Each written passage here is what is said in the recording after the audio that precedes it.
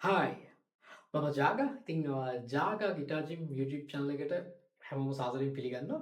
ඉතින් අද වීඩියෝ එක ගොඩක් විශේෂයි. ඉතින් අද මම කියලා දෙන්න යන්නේ ඔයාලට ෆ්‍රෙඩ් බෝඩ් එකේ නෝට්ස් මතක තියාගන්න තියෙන ලෝකයේ ලේසිම විදිය. ඉතින් මම දන්නවා අනිවාර්යෙන්ම මේක try කරලා නැතුව ඇති. ඒ වගේම මේක කොහෙවත් දැකලත් නැතුව ඇති. ඉතින් මම ඉස්සෙල්ලාම මේක try කරේ ඇත්තටම 2010. ඉතින් මම මේක හොයාගත්තා. මම කරා ඒ කාලේ මට ගොඩක් ලේසියෙන් ෆ්‍රෙඩ් බෝඩ් එකේ නෝට්ස් මතක තියාගන්න පුළුවන් වුණා. මේ වීඩියෝ එක මිස් කරගන්න එපා. ඉතින් මම මේක try කරලා බලන්න. ඒ වගේම ඔයාගේ යාළුවෝ ඉන්නවා නම් තව ගිටාර් ප්ලේ කරනවා. ඒ හැමෝත් එක්කම share කරගන්න. මොකද මේ තියෙන්නේ ෆ්‍රෙඩ් බෝඩ් එක මතක තියාගන්න ලෝකෙේ තියෙන ලේසිම විදිය. හරි අපි වැඩි පටන් ගන්න යන්නේ. ඉතින් අපිට මේකට ගිටාර් එක ඕන වෙන්නේ නැහැ. අපිට මේකට ඕන වෙන්නේ අපේ මොබයිල් ෆෝන් එක හරි නැත්නම් අපිට මේක ඩෙස්ක්ටොප් කම්පියුටර් එකකින් යන්නත් පුළුවන්, ලැප්ටොප් එකකින් යන්නත් පුළුවන්. ඉතින් අද මම පෙන්නන්න මේකේ කොහොමද ඩෙස්ක්ටොප් PC එකකින් කරන්න කියලා. සහ මේකේ මොබයිල් ඇප් එකක් තියෙනවා. අපිට මොබයිල් ෆෝන් එකකින් කරන්නත් පුළුවන්. කිසිම ප්‍රශ්නයක් නැහැ. ඉතින් මම ඇප් එකේ විස්තර දාන්නම් ඩිස්ක්‍රිප්ෂන් එකේ. ඒ වගේම අපි බලමු කොහොමද දැන් මේක කරන්න කියලා. ඉතින් ඔයගොල්ලෝ Google එකට ගිහිල්ලා මේක ෆෝන් එකෙත් Google එකේ කරන්න පුළුවන්. Google එකේ ගිහින් ටයිප් කරන්න ගිටාර් ඕප්.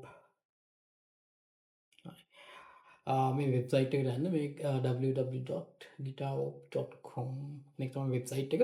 ඉතින් මේකේ තියෙනවා මෙතන මෙනු එකේ මෙතන ගිටාර් ලර්නින් ඇප්ස්. මෙතන යන්න පළවෙනි එකට ගිටාර් නෝට්ස් ෆ්‍රෙඩ් බෝඩ් ට්‍රේනර්. හරි. මේ තියෙන්නේ අපේ ගේම් එක. අපිට ෆ්‍රෙඩ් බෝඩ් එක මතක තියාගන්න අපිට තියෙන හොඳම විදිය තමයි මේක. ඉතින් මේ ගේම් එක තමයි අපි අද ප්ලේ කරන්න යන්නේ. ඉතින් මේක මෙහෙමයි වෙන්නේ. දැන් මම කියන්නම් මේ කොහොමද ඉස්සෙල්ලා වැඩ කරන්න කියලා. අපි චුට්ටක් බලමු මේකේ තියෙන දේවල් ටික. ඉතින් අපිට මේකේ පුළුවන් එකක් මේකේ තියෙනවා ප්‍රැක්ටිස් මෝඩ් එක. ඔයාලා මෙතන පේනවා ඇති. ප්‍රැක්ටිස් මෝඩ් එක තියෙනවා. අනිත් එක තමයි ගේම් මෝඩ් එක. අපි මේකේ ඉස්සෙල්ලාම අපි පුරුදු වෙද්දි මේක ප්‍රැක්ටිස් මෝඩ් එකට යන්න පුළුවන්. මොකද අපිට නෝට් එකක් වැරදුනොත් අපිට මේකෙන් හොයාගන්න පුළුවන්. ඉතින් අපි මේක පොඩ්ඩක් පහළට ගිහිල්ලා බලමු. මෙතන තියෙනවා අපිට ඔප්ෂන්ස්. මෙතන ටියුනින් අපි ස්ටෑන්ඩඩ් ටියුන්ම තියන්න වෙනස් කරන්න යන්න එපා. මොකද අපි ෆ්‍රෙඩ් බෝඩ් එක මතක තියාගද්දි ස්ටෑන්ඩඩ් ටියුනින් මතක තියාගන්න එක හොඳයි. මොකද අනිත් ඒවා අපිට ඇත්තටම කරන්න අමාරුයි. හරි. ස්ට්‍රින්ග් රේන්ජ් එක ස්ට්‍රින්ග් සයිම අපි මෙතන වෙනස් කරගන්න පුළුවන් අපිට ඕන විදිහට. කාට හරි වැඩි ටිකක් අමාරු නම් අපිට ස්ට්‍රින්ග් දෙකකින් යන්නත් පුළුවන්. මෙතන අපිට ඕන විදිහට ඒක හදාගන්න පුළුවන්. එතකොට මෙතන ෆ්‍රෙඩ් රේන්ජ් එක අපිට මෙතනින් ඔන්න වැඩි කරගන්නත් පුළුවන්. නැත්නම් ඩිෆෝල්ට් තියෙන කියන්නත් පුළුවන්. ඔයාලා ප්‍රැක්ටිස් කරන යද්දී තව වැඩි කරන්න කිසිම ප්‍රශ්නයක් නැහැ. මෙතන සවුන්ඩ් එක ගැන තියෙනවා. ඒක අපිට කැමති නම් සවුන්ඩ් එක තියන්න පුළුවන්. නැත්නම් ඩිසේබල් කරන්න පුළුවන්. මේ ටික තමයි තියෙන්නේ. දැන් ගේම් එක වැඩ කරන විදිහ මම පොඩ්ඩක් කියලා දෙන්නම්. මේක මෙහෙම දෙයක් තමයි වෙන්නේ. දැන් මෙතන මේ පේන නෝට් එක තියෙනවනේ. දැන් අපෙන් අහන්නේ මේ නෝට් එක මොකද්ද කියලා. ඒතර මෙතන යට තියෙනවා අපිට මෙතන මේ ටිකෙන් සිලෙක්ට් කරන්න තියෙන්නේ. දැන් මෙතන 6 string එකේ second fret එක තමයි තියෙන්නේ.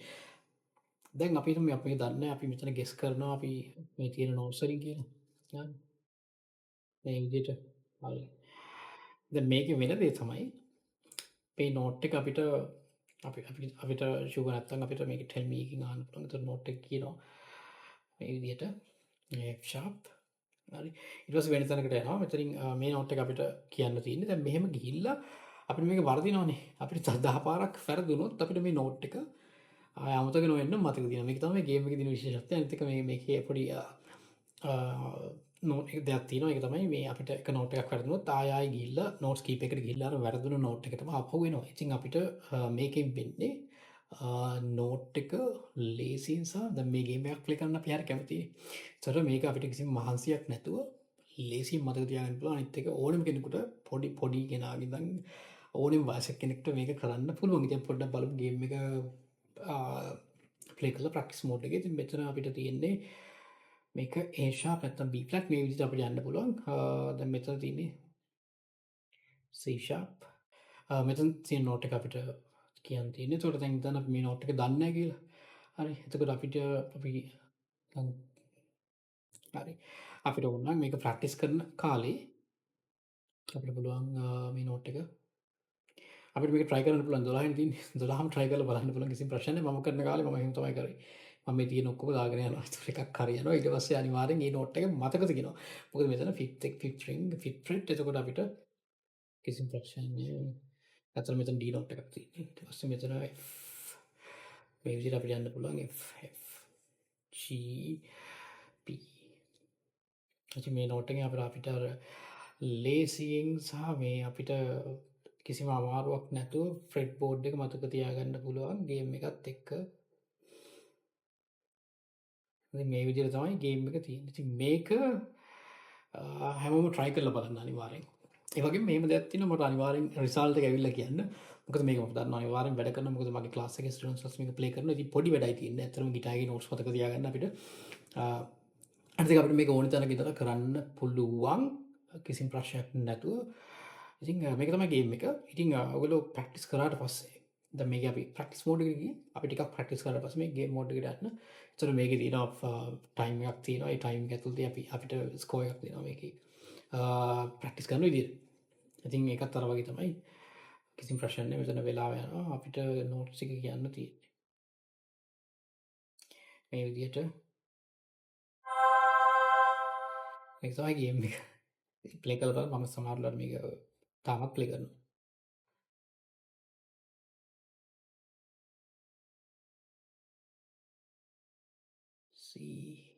මේ තියෙන්නේ. හරි ලේසි. ඉතින් අපිට කිසිම ප්‍රශ්නයක් නැතුව මාස දෙකක් විතර ඇද්දි ෆ්‍රෙඩ් බෝඩ් එක ආය මතක වෙන්නේ නැති වෙන්න මතක තියාගන්න පුළුවන්. මේක තමයි ලෝකේ තියෙන ලේසිම විදිය වල ෆ්‍රෙඩ් බෝඩ් එක මතක තියාගන්න කිසිම කම්මැලිකමක් නැහැ. කිසිම ප්‍රශ්නයක් නැහැ. ඩේලි මේක කරන්න පුළුවන්. දැන් ඔයා දන්නවා ෆ්‍රෙඩ් බෝඩ් එක කොහොමද ලේසියෙන් මතක තියාගන්නේ කියලා. ඉතින් මේ වීඩියෝ එක මගේ යාළුවොත් එක්ක ෂෙයා කරගන්න ගිටාර් ප්ලේ කරන. ඉතින් ඒගොල්ලන්ට ගොඩක් වැදගත් ඒ වාට වගේම. ඉතින් මේක ප්‍රැක්ටිස් කරන්න අනිවාර්යෙන් දවසට විනාඩි 10ක් 15ක් වගේ ප්‍රැක්ටිස් කරන්න. ඔයාලට මාසයක් දෙකක් වගේ යද්දි හොඳ රිසල්ට් එකක් අනිවාර්යෙන් ගන්න පුළුවන්. ඉතින් අපි තවත් මේ වගේ වැදගත් වීඩියෝ එකකින් නැවත හමු වෙමු. ඉතින් හැමෝම පරිස්සමෙන් ඉන්න. ඒ වගේම ප්‍රැක්ටිස් කරන්න. අපි තවත් වීඩියෝ එකකින් හමු වෙමු.